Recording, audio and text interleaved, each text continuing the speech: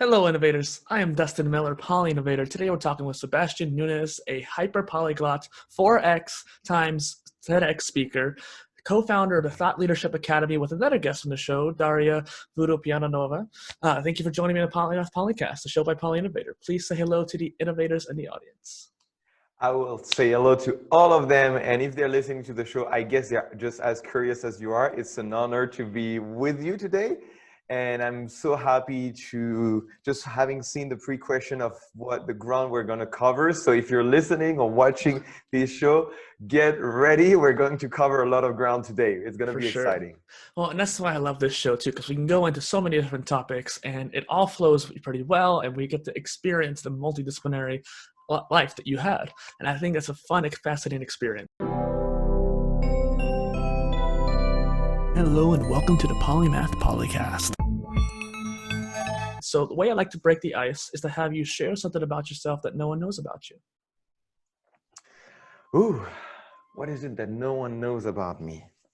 I'm surprised Daria didn't tell you about that question.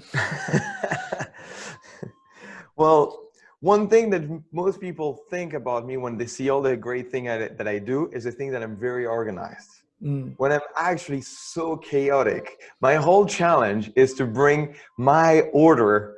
Like, I have a way of seeing the world where I organize the world, but the last thing I'm capable of organizing is myself. Organizing my schedule, organizing my agenda. Oh, the good thing is I have Daria that helps me get things one thing after the other. I'm very good. Yeah, that's the thing. I'm very good at organizing the outer world, but the inner world is a freaking mess. You know what's really funny is I think me and Daria actually were talking about that, and she was mentioning how you were kind of a visionary type person, like me too. I feel like you and I are very similar, where we see the big macro, big picture, and we want to organize how to do things in that regard. But when it comes to the actual executable details, the nitty gritty, it's like we can do it, but it's just hard for us, you know? Yes. And the thing is also, when you're asking the question, what is it that people don't know, is from outside, it doesn't seem like that because they just see the result. Right. But inside, it's a freaking mess. Well, and it's interesting too, because self-development and self-organization is always a lifelong journey, I feel like, as well. So speaking of which, actually, considering lifelong, what was your mindset 5 years ago, and how have you changed since then? Oof. It's interesting. I don't know if there's a way of seeing that I was the same person, and the other way is to say, like, your cells keep on renewing, and that was a completely different person. Well, I feel it was a completely different person. Just like today, I had a meeting with one of my team, and she was saying, "Oh, you're the money coach," and I say, "Me, the money coach? I'm not the money coach." But more importantly, I don't know if it's true that I talk a lot about money and making more money with your passion, with your art, but the old me rejected money so much. I was against money. I didn't care about money. Actually, I thought rich people were mean because they were stealing money. That's the only way you can get money. I obviously painting a caricature of the past self, but there's a lot of that is true. And I think that's a major shift. Is not only about money, obviously, and we'll cover that today, but it's all about how big can I be? 5 years ago, I wanted to just have something where I'm happy and satisfied, and now I'm like, ambition has kicked in. Money is just one way of putting it, like financial ambition, but it's more like the ambition of the impact I can create. And more than impact, it's also just like a thing I can create, because a company is just like a form of a castle. It's like a mini kingdom, or it can be a big kingdom, and say, you know what? Or I can live in a hut in the forest, or I can build a castle. Right. And I think that's the main shift in the last 5 years, is to say, no, I have a vision of a castle.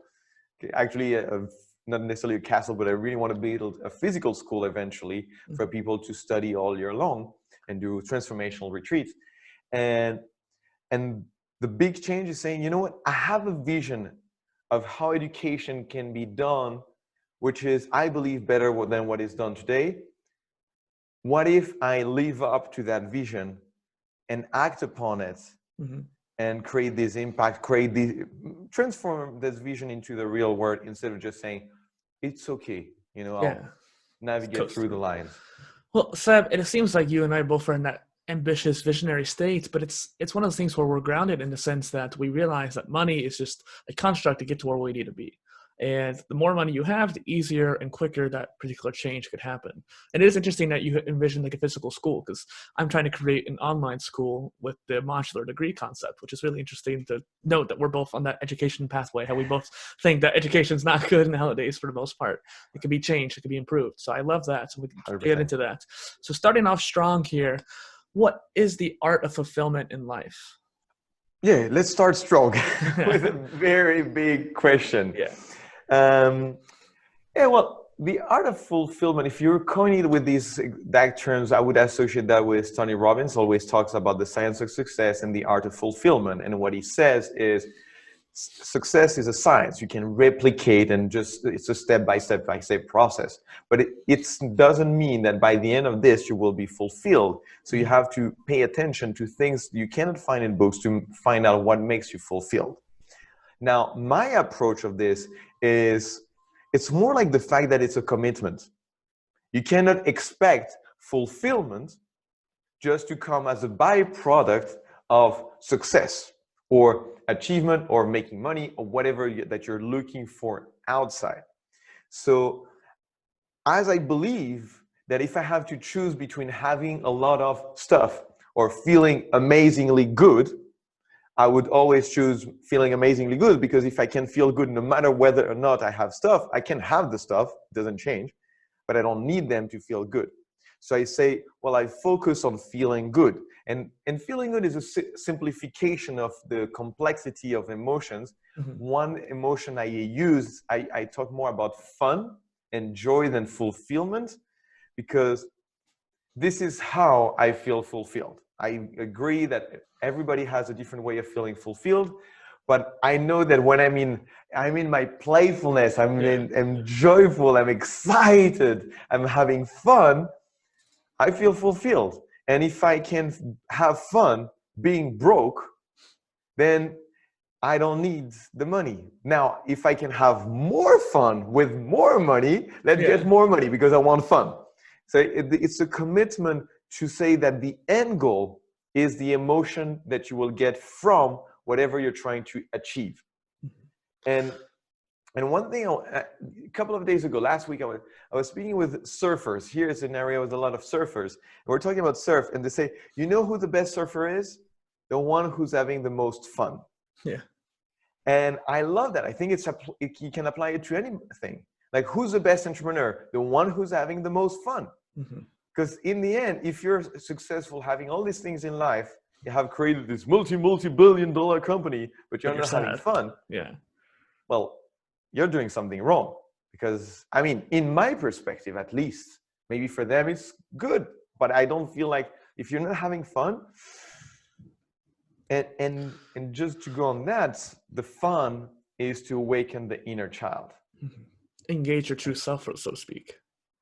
So say that again? Engage your true self, so to speak. Yes, the full self, the whole extent. When you're mentioning surfers, and there's a lot of like surfers and golfers and even runners and all these different athletes, they always talk about getting into the zone or getting into flow. And I find that happens with entrepreneurship as well. When you approach a problem and you're able to have fun challenging that problem, then you get into that hyper-focused state. And it's just a matter of attention and getting the prefrontal cortex to shut down in a way. And I think it's interesting how when you approach it for fun, it's not too difficult, so you don't get anxious from it, and it's not too easy where you get bored. You get right in the middle where it's challenging enough to be fun. Exactly. And it's a good point that you point at flow, because it has become kind of the holy grail of the new trends of all this world. I say, I believe that in flow, you feel more fun. And that, again, maybe beyond that is a shortcut of saying, well, if I make not the goal, because the thing is with flow, it can be a state that is hard to achieve. Yeah. And there's a lot of pressure from people. Every time I talk about flow, with people that are into flow, I feel it's stressful for them to get into flow. I have to jump off a plane. I have to do all these things or take all these drugs to get into flow state. Yeah, but I mean, the goal is the flow state, or is to get what the flow state provides. And I truly believe in the shortcut. You want to know what is it that you're after, that is after what you're after, and go 5 layers. And if you can skip the first steps, you get to your goal faster. Those layers are interesting because I was looking at one of the experts on flow, Wilson Melancelli, and he talks about getting into a 4% difficulty. Not too high, not too low, but 4% is usually enough to get into that state. And more importantly, he talks about it as cycles and waves. Because you have your high, obviously, from the flow, but you also have the recovery phase underneath. So you just talked about like layers to it. Well, it's almost kind of like there's layers to the actual flow cycle as well. Mm-hmm. You're going to get that boost, but you also have to make sure that if you want to be prepared for the next layer, you have to relax and let yourself rest before the next layer. 100%. Yeah. And I think it's something I've been advocating a lot. Is there's an obsession about productivity, and I think there's a big gap about creativity, because I separate the two. When you're productive, you produce.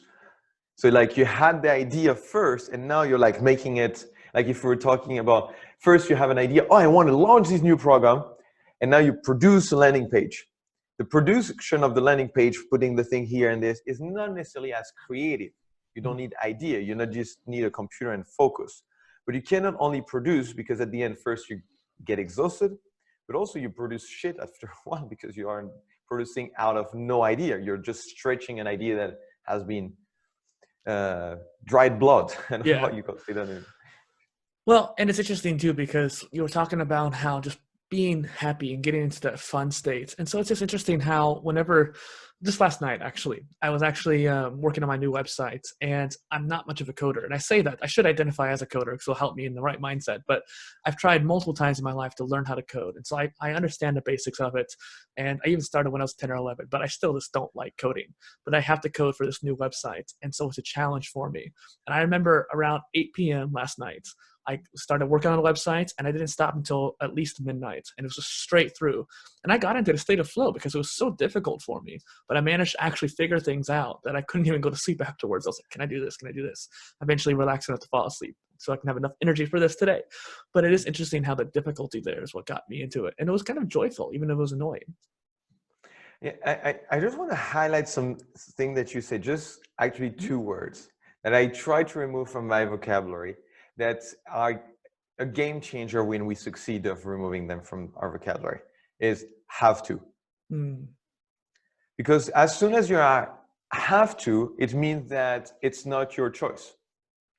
So it's someone else's choice that I put, like, even if you don't name it as someone else, it's society that makes me, like, I have to create this website because that's what people expect me to have to buy from me.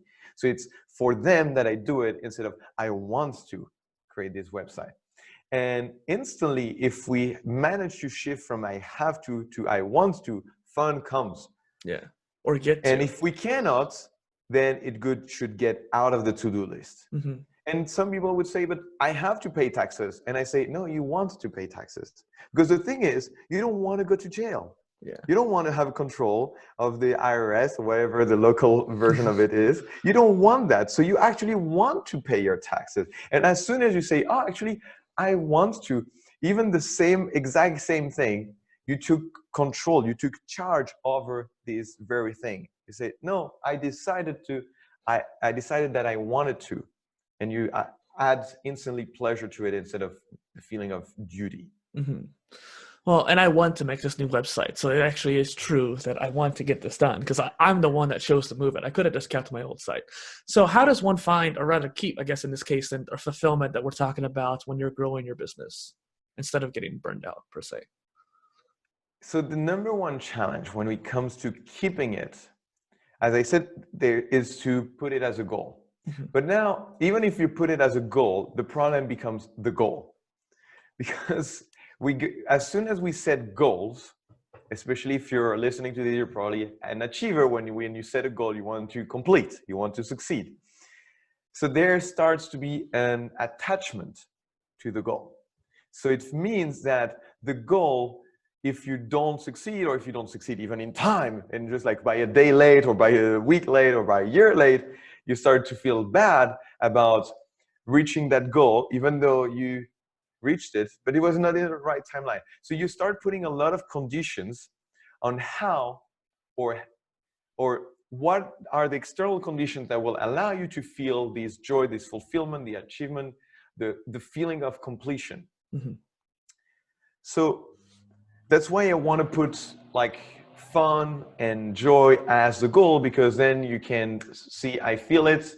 No, then I need to do something to activate it. And that's the only thing that matters. But there's also, you still want to achieve things like that we can be qualified as success. So Mm-hmm. something that can be measured, not only joy and success. Maybe you just, let's put it simple, a monthly revenue. But my personal experience and my client's experience is, as soon as we set a monthly revenue, when we get closer to it, before we reach it, we've already upgraded the goal. Mm. So let's say you're just getting started in your new business. You quit your job. You say, well, if I go and make, let's say, 5K a month from this new business, it will be amazing. Now you get started, you get a client or two, you make 3K a month. You're still not at your goal. And you start saying, well, 5K a month, I have all these expenses. I have all these things. I want to train. I want to grow. I want to hire. Maybe 10K a month would be a good goal. All of a sudden, you realize you're at 8K a month and you never celebrated 5K a month. Mm. Because you're already thinking at 8K, you're already thinking, I need to be at 15K a month. Yeah. So one thing I teach that has become the core of my programs and everything I do is celebration. You got to celebrate And not only celebrating the wins, actually, Mm. is to broaden the definition of wins. So one thing I tell my clients is, for example, go get 5 no's. So your goal is to pick up the phone with prospects that you think could say yes and get them to say no. Obviously, you're trying to get them to say yes, but you're not allowed to have them say, I will think about it. So now you're way more in control of because if say yes, them saying yes is out of your control. They have a word to say about that. Maybe it's not the right time. Maybe it's not, they don't have the money, whatever. Obviously, you want to increase the amount of yeses you get, but you don't have control 100% about that. So if you're only happy when you have those wins, you'll have a lot of unhappiness and unfulfillment. So now if you celebrate when people are saying no, and you celebrate saying, you know what, I picked up the phone, I created an offer, I called the people, and I got to understand much better what their objections were. So the next phone call, I will be more ready. They said, no, I am free. They are free. Let's celebrate. And we celebrate that. It's this idea of the philosophy of completion in a way, where yes. If I think about it, means that they're still potentially a lead, and you still have to keep them in your system. You still have to keep them in your mindset. And maybe a couple of years from now, you can ask them again. But regardless, it's still something that a matter of, it's still in the air. It's a gray area versus just having definitive yes or no. Yes, and when I say celebrate it, I want to be clear here. I mean freaking celebrate. I get my clients to dance, because that's one of very powerful way to celebration, because you activate your whole body. It generates dopamine and all these beautiful hormones that makes you feel good. And it's like, dance it like you mean it. So now at the moment, every day or every second day, I receive on my group videos of my clients dancing to celebrate something. And it makes me so happy. And you see them, they're getting happier and happier and happier. And you know what happens? They get more results. Yeah. Because they train themselves to celebrate the wins. So now their whole body is craving the win. So now they want more of these wins because they've programmed their body to crave the dopamine. Yeah. That they get from doing it. Because if you close a cell and you're like, yes, and you just got relief and not like full blown out celebration, and you just get relief, it's not exciting enough. You're not going to go after it again. Well, it's like dating in a way too. Like if you're talking to someone and you want to ask them out or make a change in that regard, and they said, I don't know. Well, you're gonna sit there and think like, oh, did I do something wrong? Am I ugly or something? Like you're gonna get worried about it. But they're like, no. Oh, well, that sucks. Maybe the next person or something like that. You can just move on at that point. Yeah, and really, for me, it's seeing it as a game. You gamify it. Whereas like the goal of the game is not for people to say yes. Mm-hmm. The goal is for you to get better. Mm-hmm. So if during the call or during the seduction, you tried something new and it did not work, you've tried something new. So you're on your way of getting better. Mm-hmm. And if your goal is to just get better, you don't plan on completion, then you will necessarily always become better. So you will complete more and more things. Because you're focused, like when they say no, you're like, okay, now I will, and amazing, I have information, I can study the call, I can understand where they're the wrong audience, amazing information, I know I will not target these people anymore. Or did I miss an objection and I treated too late for this person to say yes during the call? Maybe I should address it earlier during the phone call. Now in the next phone call, you have this new information. There's so many things you can learn. Yeah. And if your goal is not to close that person, but to learn how you could serve them better, I can guarantee, and that's something I've done, and I invite you, if you're selling any product or service for yourself, is to go get 5 no's. Because in the story of me telling people to get 5 no's, I don't remember of one person that came back with 5 no's that didn't get a yes. Yeah. Well, and in the process, I tell them to charge more. So it's like a yes at a higher price. So when you get to like fail quickly and learn from those mistakes that you might have made too. Yes. Exactly. And speaking of new endeavors too, you just started your program, 2X. What is that about, and what can people expect from that new program, that new endeavor you're experiencing? Obviously, as you can get some fun, but so it goes into 3 layers. The first one, we want to make sure that you multiply your income. That's why it's called 2X. The idea is not necessarily to multiply your monthly income, it's to multiply your hourly rate. That's what I focus on. Obviously, if you serve more people, you will multiply your monthly income. But if you can just make the same income working half the time, we will create space for you to train yourself, to go learn and reinvest that money for you to become better. But it's really about how can you charge more for your service. And why do we want to charge more? Is because when you charge more, people expect more from you. And therefore, you have to become better. And the people that join my program are people, I think, a bit like ourselves, who love to learn, who love the game, who love the challenge. And they know they could stay at their level of income or grow it slowly. But they're bored.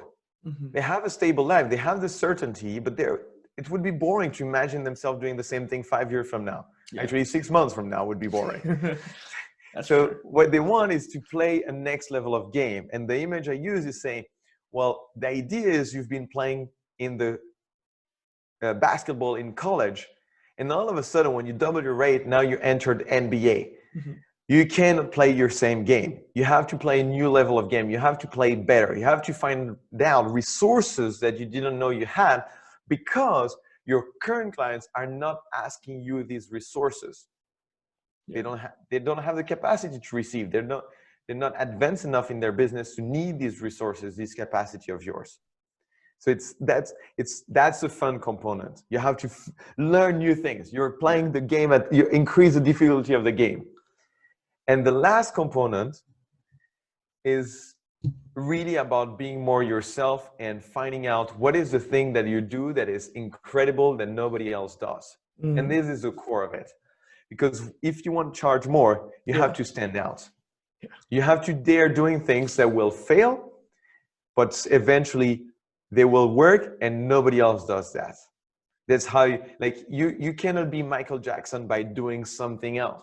You have to be Michael Jackson to become Michael Jackson. You have to try what does Michael Jackson do that nobody else does? And that's why Michael Jackson or Michael Jordan or all these Michaels have that makes them stand out. Is they say, that's my thing. Well, and you know, it's interesting too. That's why I asked that question, because even though it would seem like it was a big pivot, I think it flowed well, because the way you're talking about the last one, getting into those different new states, I think that's part of the ethos, I guess, like you just said, of the 2X. And it's interesting too, because it reminds me of swimming. I've been a swim instructor for nearly a decade, and when you're in the shallow water and you're swimming, you have the confidence in your head that you could just stand up anytime you need to. But when you move on to the deep water, you can't stand up when you feel comfortable. You have to swim differently, and you have to not panic. The biggest issue is panicking. I think that's the same thing in business too. People panic over the smallest things, and because of that, they're not able to think clearly on what they need to do next. Yeah, I love the metaphor. And that's the thing. Now you have to tap into another level of your resources. I just see it as like a bag. You know, imagine your bag with all your toolbox. And 99% of the people around you ask you for the same tool that are at the top of your bag. Like, for example, I'm sure we're going to go to that. I speak 12 languages. So when people ask me about the languages, seriously, I just go at the very top of my bag because they're just like speaking 2 or 3, or like they're struggling to learn a new language. I don't have to find the very specific thing that helps to understand the perfective tense and how do you use it when you, no, I go with like the very basic of my toolbox. Now, if I go and tap into charging more, it's only for people that really want the tools I never pull out of my bag. Yeah. And you know what's exciting, the most exciting, I already told you, but I want to emphasize on that, is when you really charge way more, there's something that kicks in instantly. You feel like a freaking fraud. So you will find any way to cover up. And you will find ways to over-deliver. And in that process, you will grow. So that means that you're not only going at the bottom of your bag, if you're doing it well, you will actually have to scratch the bottom of the bag and expand the bag to find new tools you didn't have. One of the first things you do when you charge more is you invest in training yourself to becoming better at your art. And therefore you expand. If nobody asks you to expand the level of your expertise, you don't have to do it. Yeah, and so you just stagnate. Yeah, you stay in the same spot. Yeah. Well, that's interesting too. Then how can we also, not just because of people externally asking you to dig in your bag, what if we wanted to just particularly do it ourselves? What if we're somehow inclined towards that? How could we reach down to the bottom of the bag without that external force? I don't know. Okay. For other people, I know for me, it works at first. So, you know, that's why I learned 12 languages. I also play a handful of instruments. I've done, and it's a polymath thing. So, jack of all trades, you were talking about that in your mail. It's the idea of there's this curiosity, because at first when you begin to learn something, you have a great, like you have a wall at first, but then you have an amazing learning curve. And the slope gets down because then there's much less to learn, but it starts to be more subtle. So like, for example, languages, I've never pushed them. I cannot read in all the languages I speak. Except if it's a chat, but if it's like literature, I don't read. I don't want to, I'm not interested, but it would take me to learn like way more vocabulary or subtlety of grammar. I'm not interested in learning because I get less reward. So the question is if you want to tap further, what we're after is rewards.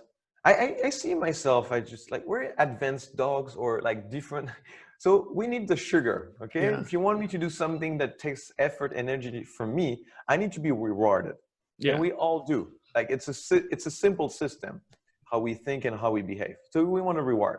So if the reward is not the obvious feeling of progression that you get when you start learning, you need another form of reward. Personally, if I do it on my own, I lose the reward. because I don't see the progress anymore. So the only way for me to see this progress is for me to confront it to a real situation. That's why I never learned the language without going to the country or speaking with people. Yeah, being embedded in it. And it's interesting too, because as coaches, we see that progress more easily than the person actually experiencing it a lot of the time, especially after that newbie gain. So it's a term in strength development. When you start doing exercise for the first time in your life profusely, you get the newbie gains. You start building progress really quick. You start seeing muscle development, and then you hit that plateau. And so as personal trainers, we have to look out for that. And I'm sure it's the same thing with business coaching and money coaching as well. And it's just interesting to think about, I think polymathic people are addicted to that newbie gain, which is why people always say jack of all trades, because they're trying to get that newbie gains in so many different areas. And I wonder too about the psychology of a polymath versus jack of all trades, people who are much deeper level of knowledge, and how that plays out with that plateau at the end. You know, I really tried a lot of things. There was the languages, the music. I've all done theater, improv theater, traveling and performing and teaching. And, you know, I had this feeling, because there's a thing, as you mentioned, jack of all trades, that there's something negative associated with it, you know, like that you never go to the depth and you never professionalize one thing. And it was something negative in my mind about myself, of, you know, never pushing through. But there was a reason for it. I think there are two things. One, I think it's natural to have an exploration phase, like the teenage years that are now expanding until you're 35, 39, maybe, until you commit to one thing. But for me, what has become my drive is to train my sensitivity. Mm-hmm. So the only way of keeping engaged, if you're a polymath and you love learning a lot of things, is to become more sensitive to the progress and to the differences. Mm. Where, like, if you're learning music, at first you make the difference between and do, you make the difference. But after a while, you have to start picking the difference between you have to be way more aware of these subtle differences. Mm-hmm. And that's how you re-engage yourself in noticing the progress in whatever art, coaching, business, or swimming that you're learning. You have to pay attention more to the details. Now, on another side, I believe it's purpose. For me, that was a bigger drive, is not only do I feel the progress, but I think it's serving somebody else. When I was learning languages, it was fun at first. It was making people smile when I was learning the languages, but it didn't go much further than that. Whereas with what I'm doing, I know that the more I learn at my current art, the more I create a big impact in people's lives. And not only in their lives, but the lives of their clients. So now I see that whatever I learn, if I learn one thing, I impact maybe 100 people instantly. Maybe 1,000. And my goal is, maybe if I learn one little thing, I impact 1 million people. Not because I speak with 1 million people. Maybe I speak to 1,000 people that speak to 1,000 people. And I see the difference. Does that make sense? Yeah. Well, and it's interesting too, because impact from those small things, so that one level of cocktail knowledge, the kind of basic jack of all trades knowledge in one area, even though it's completely different from the area of your specialty, could help you reach more people in that specialty. And that's kind of the beauty of polymathy. And one thing I'll touch on too, you mentioned how there's a negative connotation with jack of all trades. The full saying is actually often ignored. Jack of all trades, master of none, that's what people know, but also sometimes better than a master of one. And so it is interesting, the fact that the actual saying is positive. And I've been working on this multidisciplinary spectrum where I'm using those terms like jack of all trades and polymath and generalist and specialist, and putting them on a chart of where people can be when they're at that level of competency. And it's, a lot of people think, okay, I'm a jack of all trades and I'm only that, but there's a potential to go farther. And we were mentioning earlier the celebration of wins. When you want to get farther along those lines, you have to celebrate those wins to become a polymath. Yes, 100%. And I agree. I know that a lot of people have actually reflected back at me my experience in theater in the work I do. You know, a lot of things I practice now are things I've learned from learning theater, especially improv theater. Actually, I believe improv theater is an amazing school for self-development.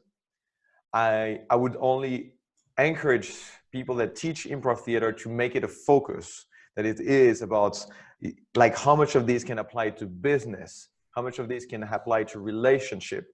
Like the one, I was thinking about that today, is one of the core thing about improv that I learned is if you have an idea, go for it. Yeah.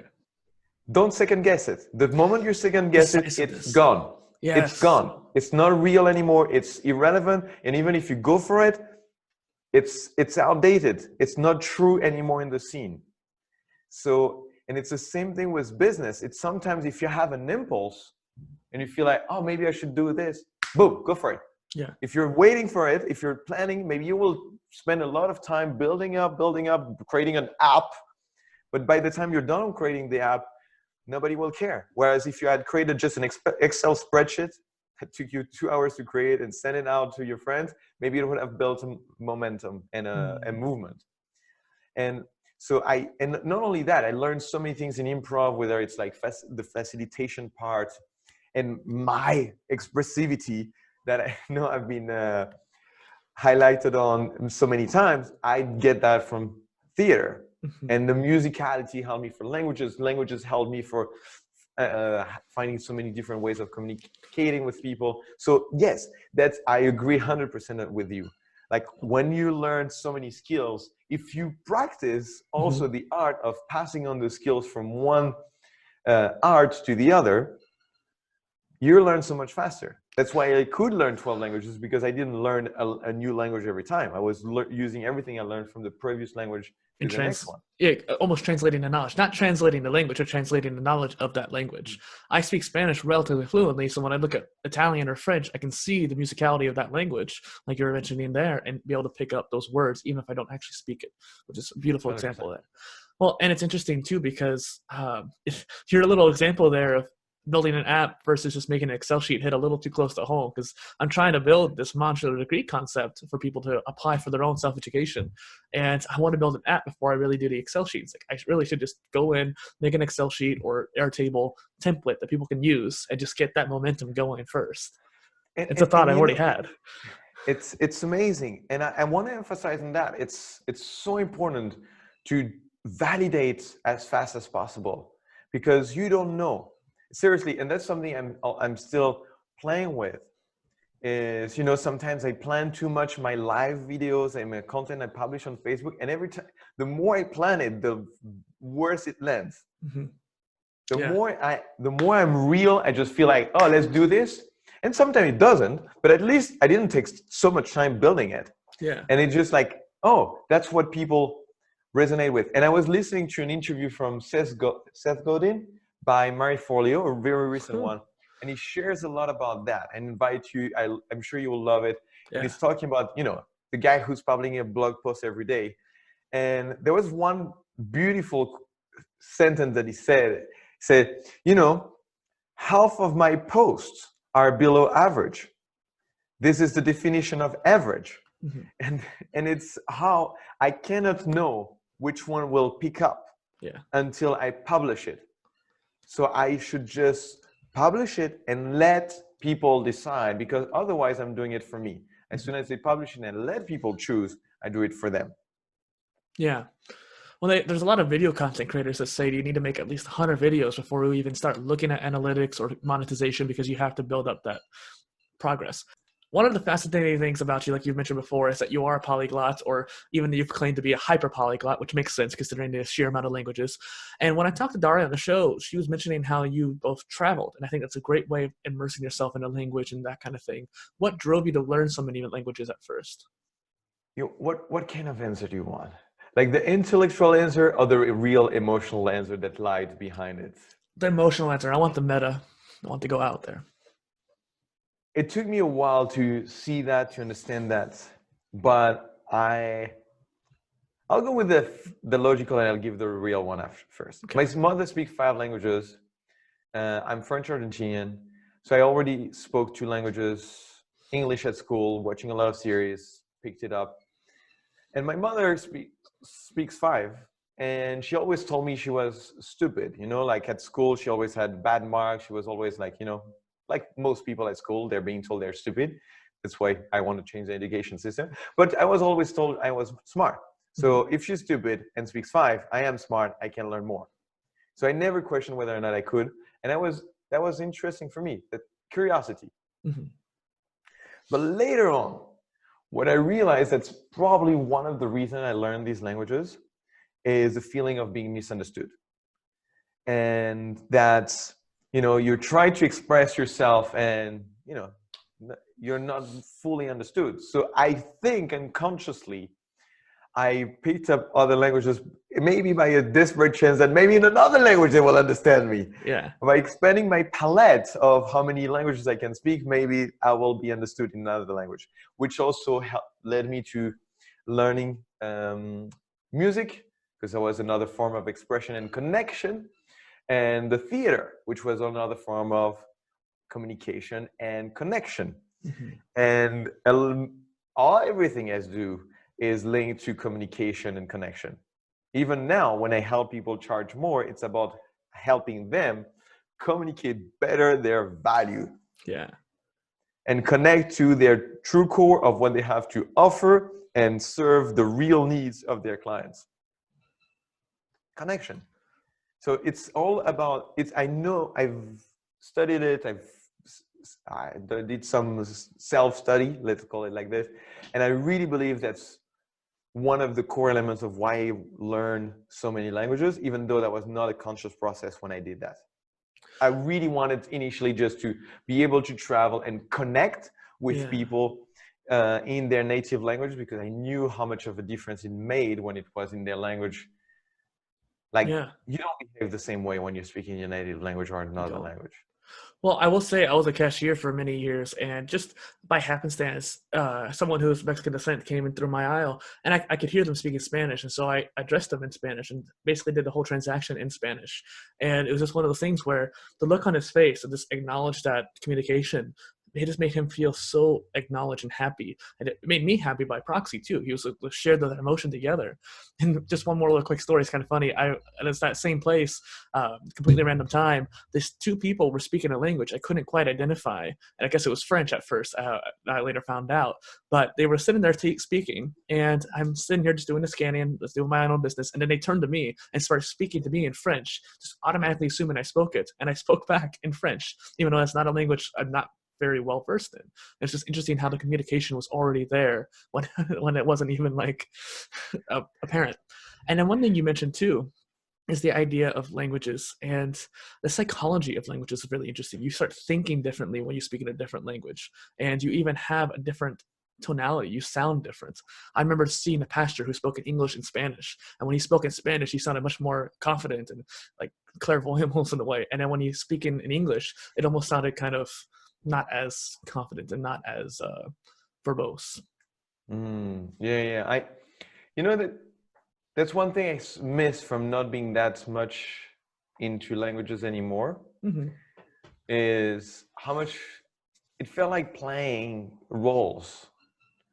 I would be very different when I'm speaking English. I'm way more into efficiency. Like, there's really something about me, like, get to the goal. Like, I find English being very good for that. And French, Spanish, Greek, or like Portuguese, they have for me such different musicality, but it makes me also express a different part of my personality, where I'm way less goal oriented and much more into just like being or laughing, whatever. It just like I express a different part of my personality, and sometimes I do miss that. Yeah. Well, I know we don't want to spend too much time on this, but I had another question here, considering it's finding intersections, like we mentioned earlier, is part of the polymathic ethos. And so what sort of unique intersections have you found in languages throughout your life? Maybe you can pull down from the bottom of your bag, so to speak. What do you mean by intersection? Is in between the languages, or language and the rest of? Well, for example, I mean, just the flow of Spanish is very similar to Hindi when it comes to the Sanskrit dialects. And of course, Latin languages all have their own flow together. And Esperanto, a combination of Germanic and Latin languages, is so many beautiful culminations. So that's what I was curious about. Yes. Well, I think I'll go all the way to the intersection. I think one of the first thing I was teaching when I was teaching languages is you're focused way too much on differences and what you don't know. You have to understand that when you're learning a new language, it's like you know how to dance salsa and all of a sudden you want to learn samba. And maybe you stretch a bit yourself and you learn tango or valse. And maybe you go all the way to dancing maybe a solo dance like, I don't know, I just like contemporary or jazz. It might be a stretch, but you have the basic moves. You know how to dance to rhythm, right? You have this concept.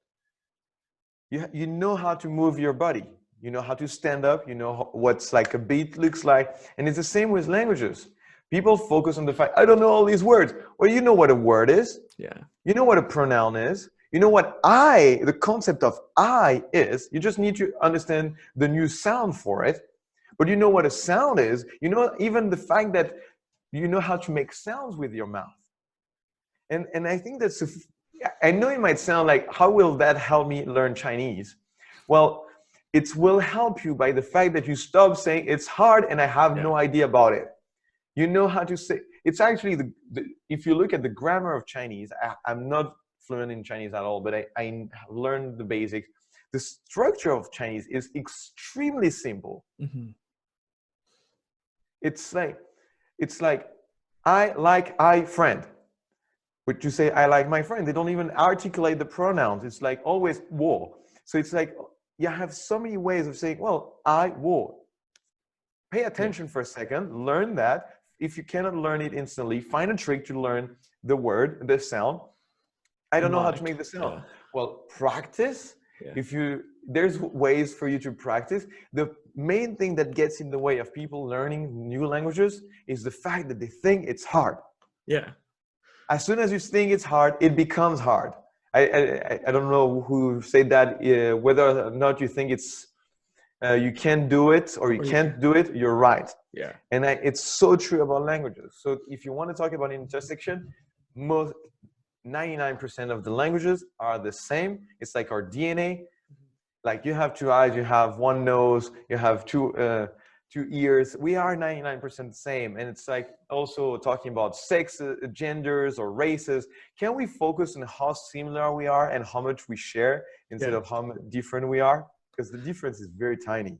Well, and see, Seb, this is why I wanted to ask that question, because like I know we're trying to move away from the polyglot aspect, but it's interesting just how the philosophy behind it too. And the musicality of language is really interesting. And one of my favorite ways of learning a new language is listening to music in that language. And so going off of that differently, what do you think of math and music being the universal languages? I have to say about math, I haven't thought about that much. I can tell you about music. I don't know if you can see it behind it. That's my movie I made, which is called What Music Do You Speak? So I really wanted to put music as a concept of an integral part of the culture. Mm-hmm. Now, in the modern societies, it's not so much because we're all listening to music from basically something that is so clean through processes of computers that it's not so human anymore. But in most cultures which have preserved the culture of playing music, everybody plays music. That's what I was showing in the movies, the fact that it is a fundamental element as the language, or it can be. It has been for thousands of years. And it is true, there's a universality of it, even though you might not like it or the sounds might be strange at first. Mm-hmm. If you put people that are into music together, because now in our society there are people that are not into music, but it used to be that everybody would, at least if they don't play or sing, they would dance, like in old tribes and old villages.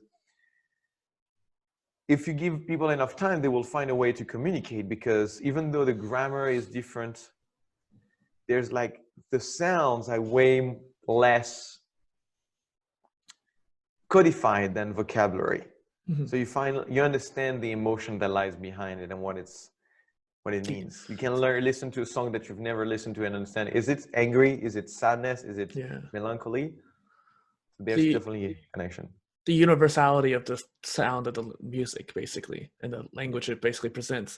And it's interesting, on the reel of your documentary there, I was noticing how the people were playing the drums and the various different guitars and singing the songs. And one of the things they said in the reel is that no matter where you were born in that country, the songs were usually pretty common throughout the whole place. And so even if you didn't know anything about the other sound next to you, they're probably sharing the same song. So you can at least bond over that same song, or the very least a similar song. And so you can have a party and engage with that way. Yes, 100%. And I think that was what I loved, and really wanted to show with this movie, is that when music belongs to everybody and it's part of the culture, it allows this connection.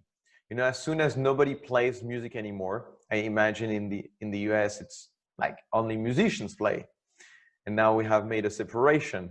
So now it's becomes, and because we have access to all this music from all around the world, recorded even from 100 years ago, it's a chance, but it also separates us.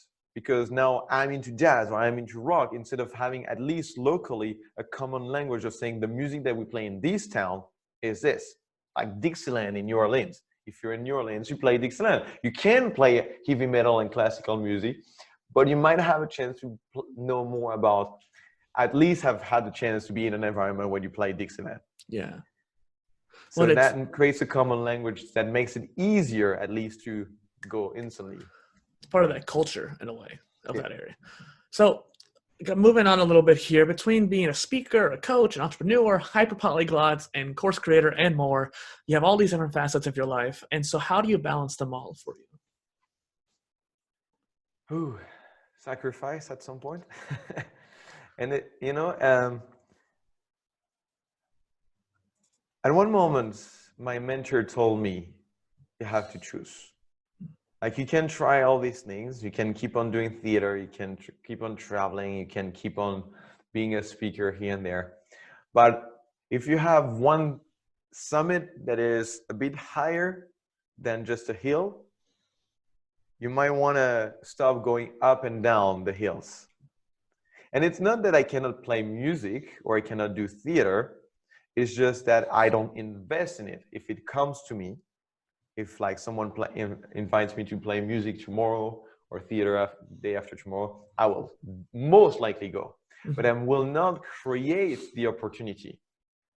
And I want to add a nuance to that, is sometimes you also need new inspiration. As I was saying about creativity, if I also just obsess about what I'm doing right now, launching my program, at some point I don't know, it feels like it's a bowl that is closed and that you end up eating in the same nutrients that you keep on shitting, basically. Yeah. And at some point, it starts lacking nutrients. So you need to get out to find inspiration. So based on my environment now, where I live, I know I'm not going to play music. You know, it's COVID. It's not very social friendly. Or theater, because also I don't know anybody or whatever. But I can go surfing. Which I've never really done, and take what I get from that to fuel the core mission. So I think the main thing in terms of balancing is to saying, what is the core one I want to invest in, where I really put my, like when I'm tired, this is the one I do. Yeah. Like if I have to say, put all my action points, as in a game, I will put them here. And now if I have free time, or if I want to just refresh and do that, then I can do the other ones. But I don't invest. I don't try to become a professional surfer or a professional musician or a professional whatever. I say, no, this one is the pillar. The other ones fuel me to serve this one. Yes. That would be known as like a T-shaped person. So someone who has a deep knowledge in one area, and then basically like small hills in many different areas. It's interesting to use hills and mountains. I've often used trees as an analogy.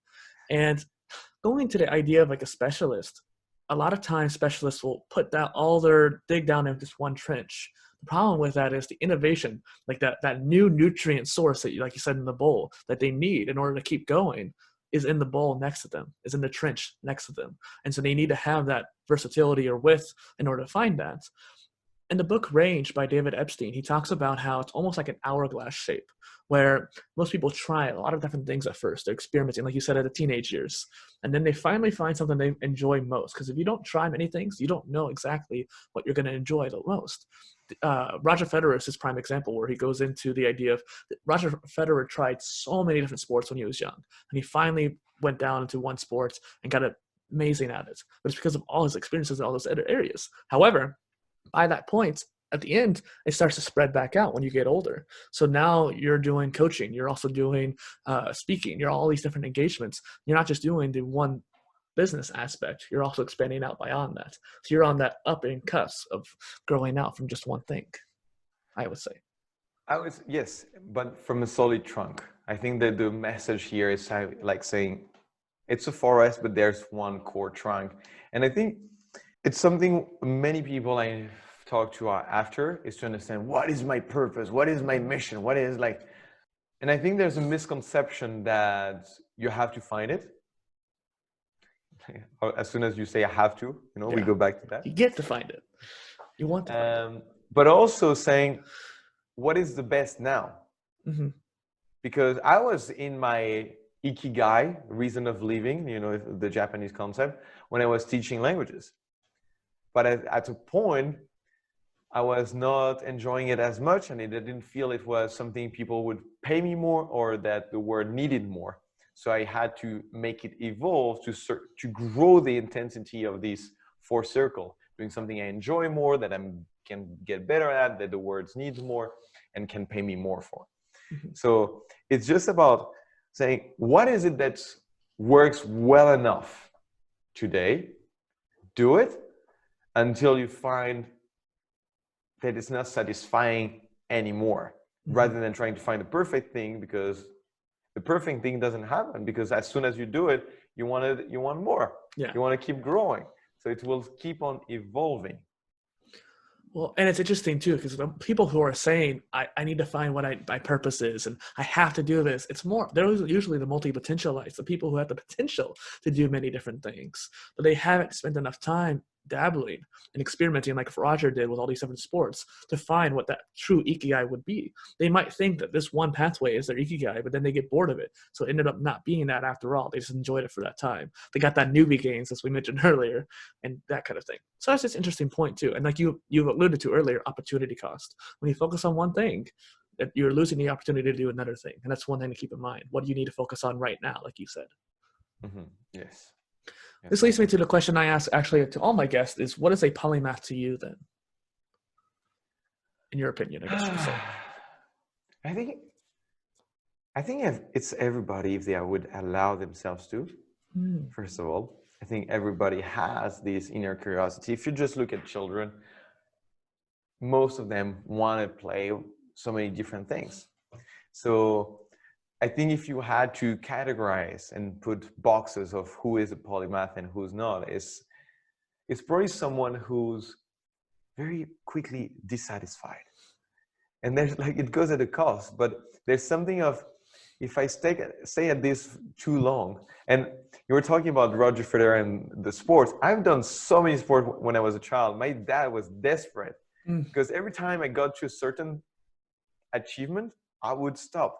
I remember taking horseback riding, mm-hmm. and in my first year, I got selected for a contest, which was already an achievement to be selected in my first year. And out of the 30 contestants, only 12 would get awarded a medal. And I made it 10th.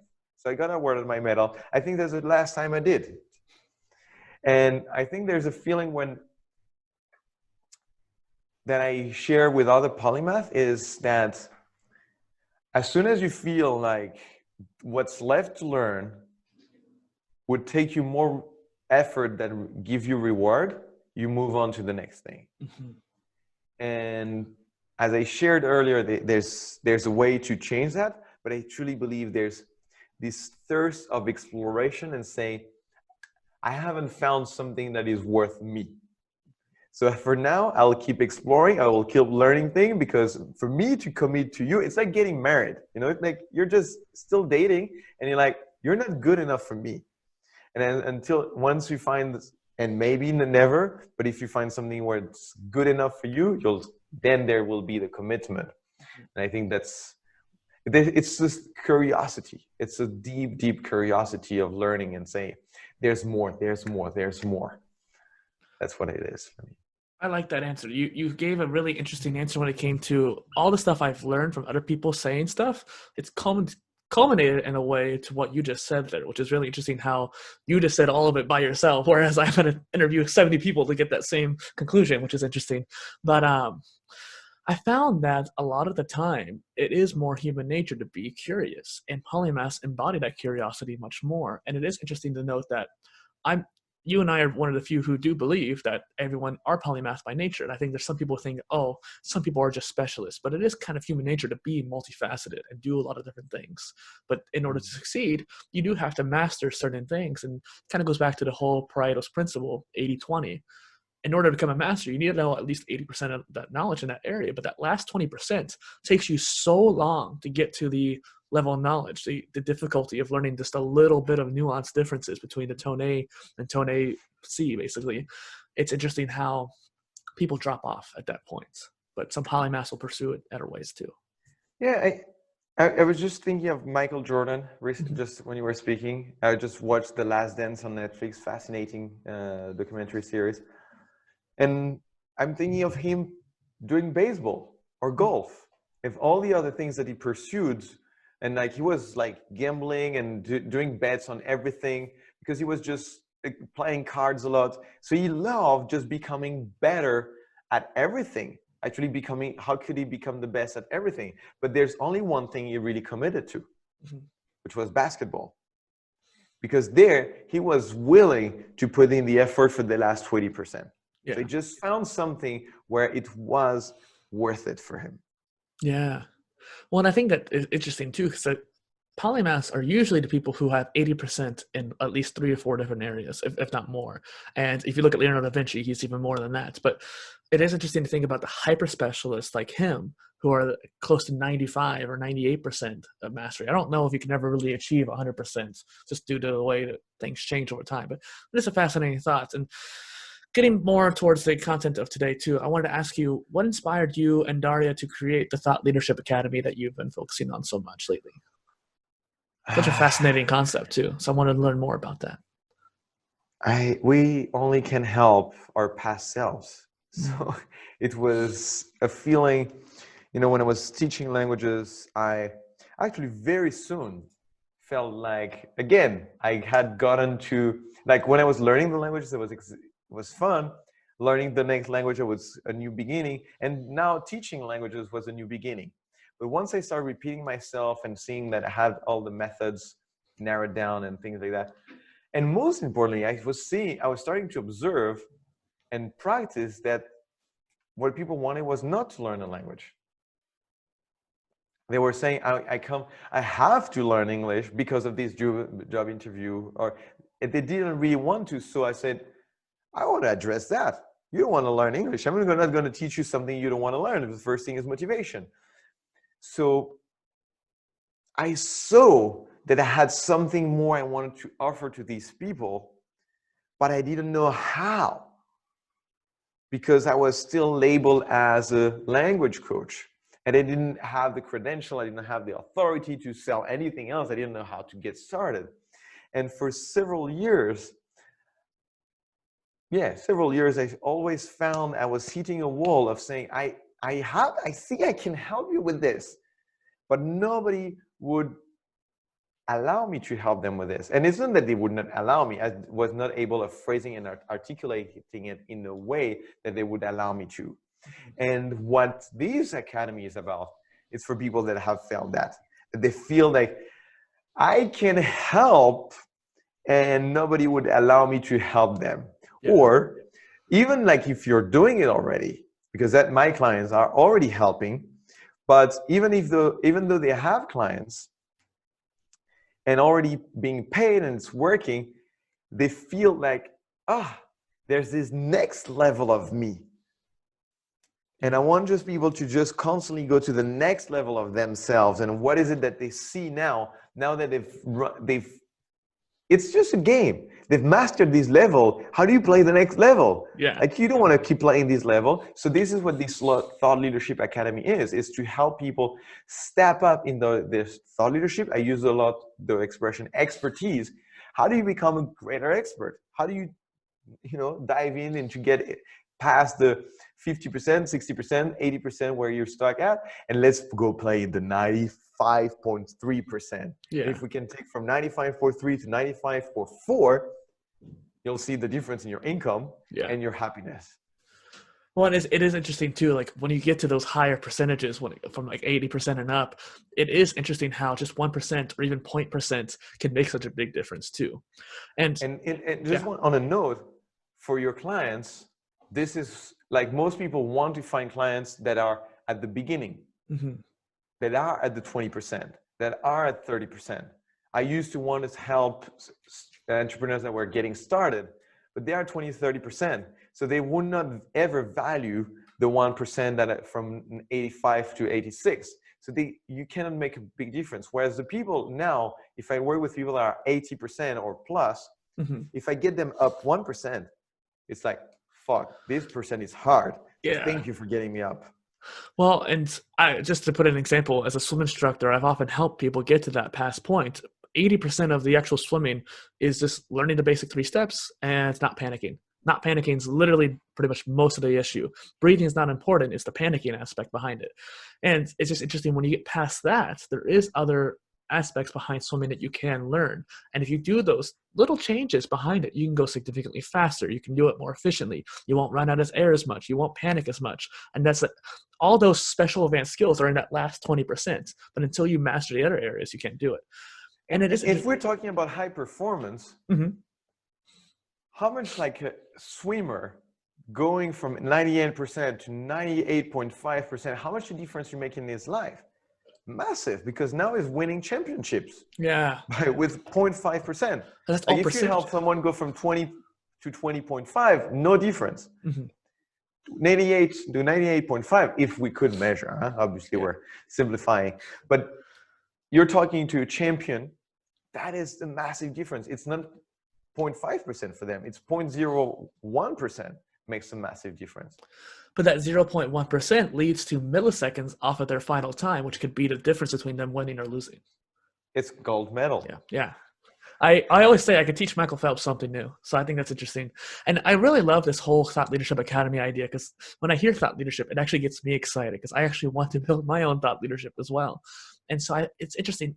In a very basic sense, then, how can someone build a thought leadership, do you think? I know that's kind of an easy question, but I'm curious to see what you say. I cannot just ignore what you just said. You just said, I can teach Michael Phelps something. Okay. And this is how you build your thought leadership. Is you say, you look at not at the people at the bottom. I call this its teaching pyramid. If you're listening, just imagine a triangle. And you have practiced your expertise, so you're higher up in the pyramid. There are probably people that know more than you, but most people, because you've dedicated yourself into that knowledge, know less than you. And most people just want to teach or provide to people at the bottom, what I was saying earlier. Why? Because it feels safe. Yeah. I see how much I can help. If you teach now someone who doesn't know how to swim and afraid of water, obviously you know how you can help them. It's easy for you to say, hey, I can help you. Now, if Michael Phelps shows up, for you to have the confidence to look at him in the eye and say, Michael Phelps, I can help you, will take a freaking lot of confidence. And if you had that confidence, he would listen. Yeah. But for you to get that confidence, you probably need some experience. So the challenge is, how do you build experience to build your confidence, and how do you build confidence to build the experience? And for that, in this teaching pyramid, the challenge I give to all my clients is look up. Because usually we tend to look so much down when we believe we're looking up, we're actually looking at the right level. And now and to go back at what I was saying earlier, and seriously, if you're listening and you're into coaching and any expertise and you want to sell, do this one thing, go get the 5 no's. But when you do get the 5 no's, find people that you feel like are up. Because now, if you don't maybe find Michael Phelps, but you say, you know what, I'm not going to teach people that don't know how to swim, or like just I'm going to find competitors and I'm going to teach them. And I'm going to teach people that swim better than me. And I'm going to find these people because Michael Phelps swims better than his coach. Yeah. But the coach has the confidence that he can still help Michael Phelps. So now this is how you build a thought leadership. You find people that are better than you and you tell them, I can help you. And because what you will stand out for is to see what they can't see. Yes. And now you stand out as an expert. That's so fascinating too, because I totally resonate with that. And it is interesting the fact that I can swim really well. Certainly cannot swim as good as Michael Phelps. Definitely not. But it is interesting the very fact of just like being able to see things like that. It's so natural for us coaches to see the things that we're an expert in. Just, oh yeah, just do that tiny little thing and you'll make a big difference, even for people below, but even people above you too. You can see those things that they can't see. So like you said, the coach that he has now, probably not nearly as good as him, but he can still see those things and help be that second pair of eyes. Yes, exactly. And you know, a lot of people want to build a thought leadership in a very complex but safe way, doing a lot of what I call cave work. So they write a book, they create a website, they do things that don't confront them to the external possibility of rejection. Now, obviously, when you publish a book, whether or not people buy it will feel like a rejection, but it's not the same as confronting someone and say, I can help you. Oh, you don't want my help? That's okay. That Okay, is bye. facing the rejection. And so because of that, because of doing the cave work can be infinitely long. You can always improve your art. We were talking about that, like the app you want to build. No, put it out there, validate. Do people want it? Yes, no. Then you improve it. So that's what I've been, my message in this program, 2X, is don't scale before you grow. Don't try to get more clients, find better clients. It's easy to think I'll get more clients because it's not scary. Like, it's just like, hopefully I make a cheaper product, more people will buy it. I'll find marketing, but most people are not into marketing. Yeah. You're an expert in swimming, not in marketing. Why do you have to become an expert in marketing? Charge people more and hire someone to do the marketing for you. I will say, hire a team to create a course. Yeah. With the money got from teaching Michael Phelps how to swim. Exactly. That's a very good point. And I totally, I get what you're saying there. I will say I am quite well versed in marketing as well, but that was because something that interested me. But regardless, the point being is that do the coaching first, do something that can make the money, improve the value, and then do the cave work after that, so to speak, right? Is that correct? Yeah. It's sell before you create. So if, like, I've made my movie, that was one of the most beautiful mistakes I've ever made. I invest 5 years doing the movie, a lot of money at the time for my standards, and with that one obsession, creating a movie. When I received this little baby with this DVD in my hand, I was so happy for 5 minutes because I achieved my goal of making a movie. Then I realized, oh, I got to make people see it. Otherwise, all this work was worth nothing. And so many people do that with courses. They create courses and hope that people will buy it because they put it on the right website, or maybe because they've even put an ad. A lot of people have amazing product, nobody buys. Yeah. So you want to make sure when you put something in the market, especially doing marketing, that you have already not hope that people will buy, but you know that people will buy because you have already 1 million followers that buy everything you're talking to. So if you validate your offer at a high price, you know, people will really, like, does it make sense what I'm saying? Yeah. You want to really start selling at a high price before you decrease your price. Yeah. And you also want to make sure too that you're actually, like you said, validating the concept. Put a landing page out, see if people sign up for it. And actually, it's the strategy behind what I'm trying to do with my content. I'm trying to build a consistency layer of sending out content so that way people can build up the following, know that I'm there, and then eventually go down the line, make a course, make a book, and so people can bounce off of that. But so kind of moving on here, a couple more questions before we end up wrapping up here. This concept of creating systems and workflows or maximizing your habits always has fascinated me.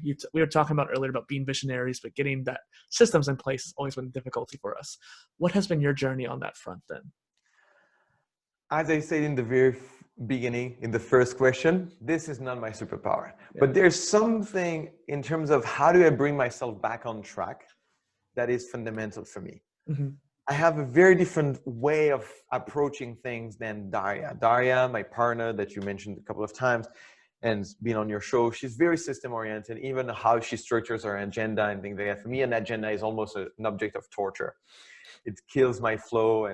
But I learned to embrace it, to learn to practice on the things that I'm not my talent. But what is it that I'm really good at is going back to asking the deep question. So one of the things I practice, instead of having a daily routine or morning routine and a weekly routine, I have these things where it's not something I do weekly, but more like twice a year or maybe every 3 months, is going back to my vision. I actually just did that on Monday. We spent the whole day, we invited a friend over.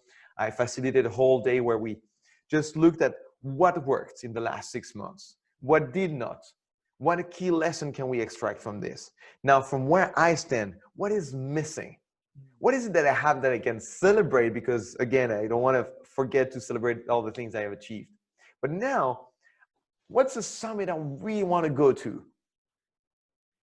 And how much of this summit that I put in 10 years from now can I bring into my current life? And from that, I really simplify it.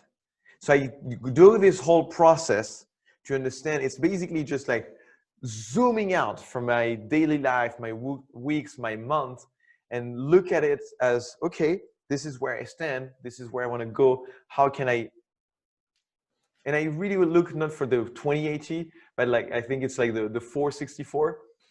If I have one thing I need to focus on, and I love to simplify it in one word. So, and one archetype. This is what I simplify things, and so that's how I my system. Mm-hmm. So I'll give you my personal example. I spent the whole day, and what I realized I needed to focus on to give me the best results was playfulness. If I can't incorporate more playfulness in my day, I will have the productivity I want. I will get the contacts I want because I do it from a place of playfulness. Say, hey, you want to be on my show? Instead of saying, okay, I need to have a show and this is a guest, because then I can maybe have the success, but I will not have the feeling I'm craving, which is the feeling of playing with people, which I've been missing a bit since COVID and the fact that I couldn't go to facilitate talks and events as I used to. Well, I want to say that's one keyword that then guides every day and every action I take. I say, is this playful? Is this playful? Is this playful? How can I make it more playful?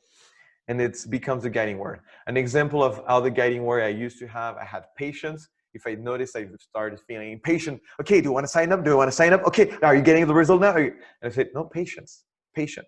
And it's become very easy for me to have one core rule for all the actions I take for the upcoming 3 or 6 months, rather than creating so many complex systems, because I have to ask only one question. And as I was saying, there's also the archetype. It's something that has been core in the trainings we facilitate with Daria. We ask people to say, you want to create something for you?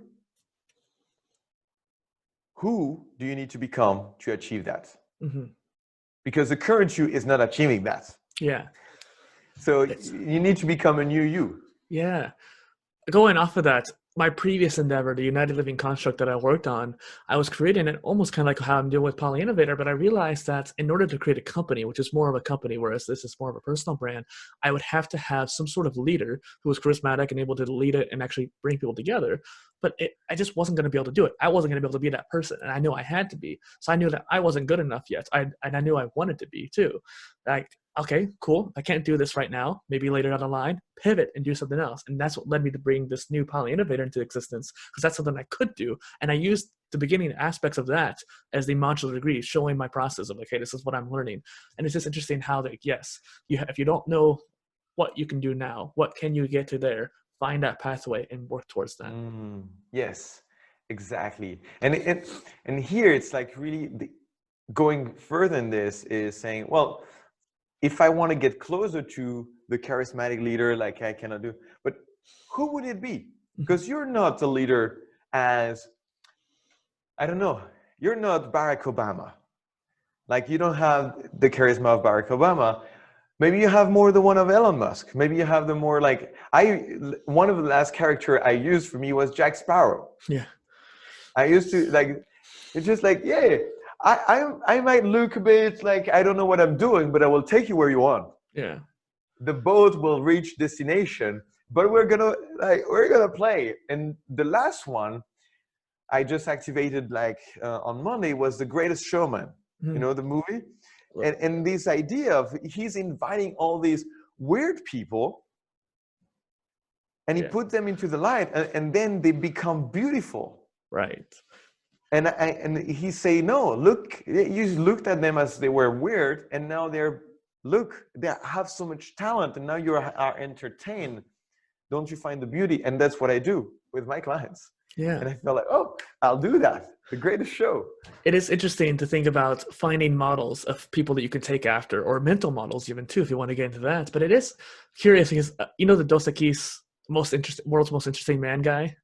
No? No. So I mean, it might be just a US commercial thing, but essentially Dos Equis is a beer, a decently cheap one, but essentially it was a beer, and they had this commercial series. It's interesting, you might look it up, where this guy, he's like, I don't always drink beer, but when I do, I make sure it's Dos Equis. And they just wanted to make someone who was macho and suave, and all these commercials are showing him doing like diving out of planes, and if he tells an inside joke with a stranger, and all these kind of cool out there kind of concepts of the world's most interesting man. And I took that concept, and when I went out to bars or karaoke or something like that, I tried to incorporate that persona, so to speak.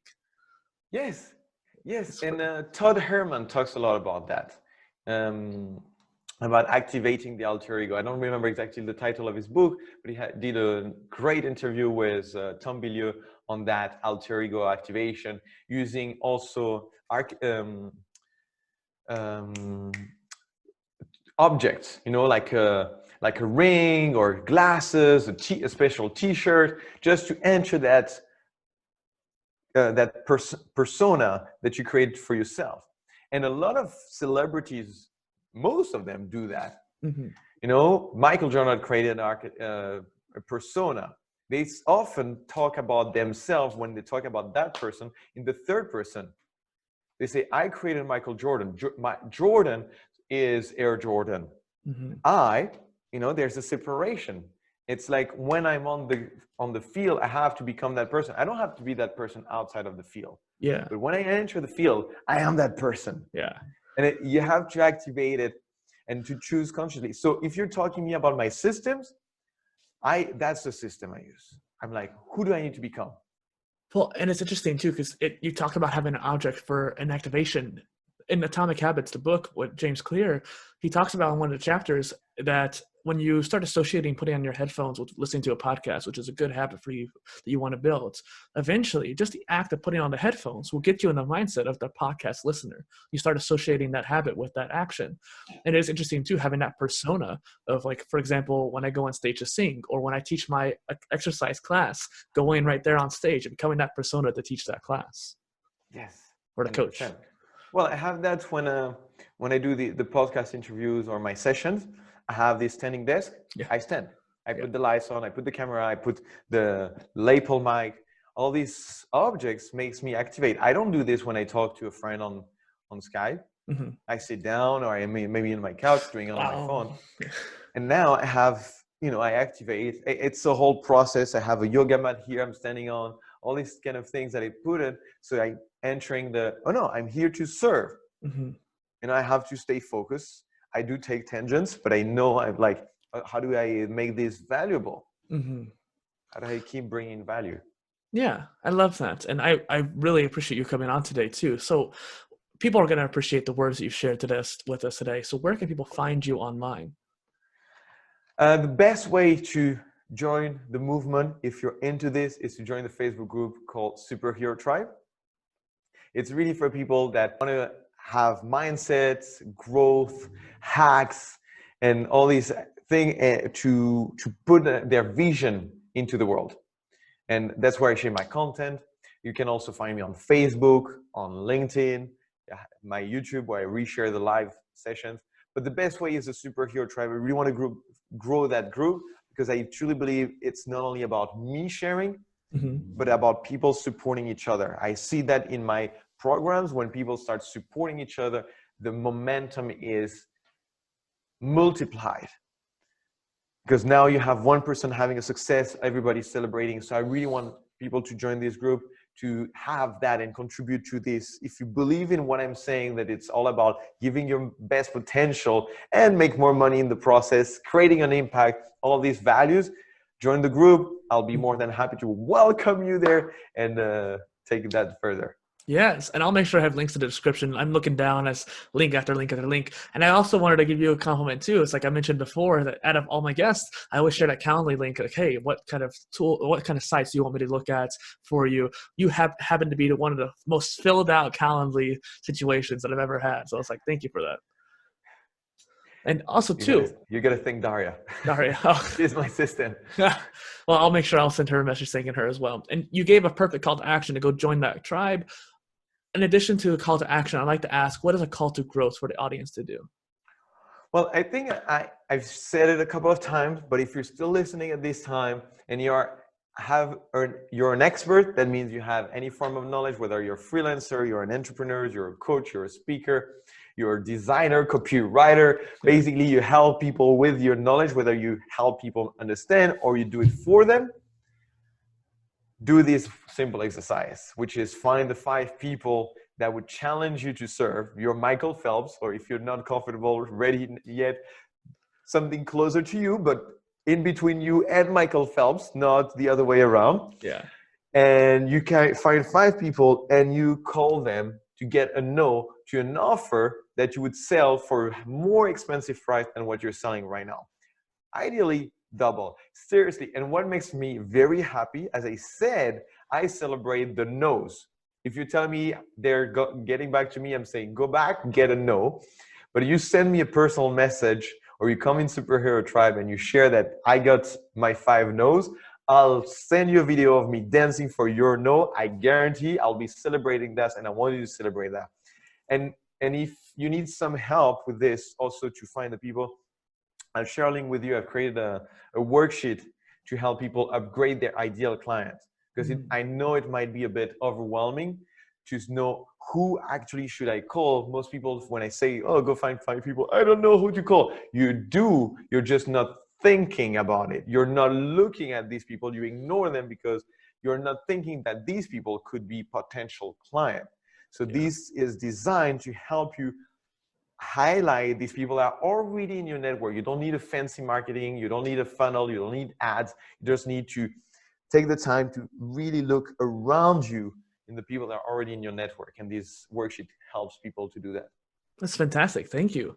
And so once again, this is Dustin Miller, PolyInnovator, and Sébastien Nunez on the Polymath Podcast. Thank you for being here. Thank you so much. And thank you for, I've never been on a podcast where there was so much thorough research on my profile and looking at everything I've done. You're really the polymath. You went on all the tracks of everything I've ever done, and you've covered in fields. And to be honest, it makes me feel like there was real interest from you in what I have to offer. And it was well structured to make sure that you bring value to your audience. So it was an honor to be on this podcast. And I hope, if you're listening, that it was a pleasure for you to be listening, and also that you got value and you have something to apply in your own life. So thank you so much for having me today. Thank you, Seb, for saying that. Yeah, that's so pretty. I love that so much. Thank you.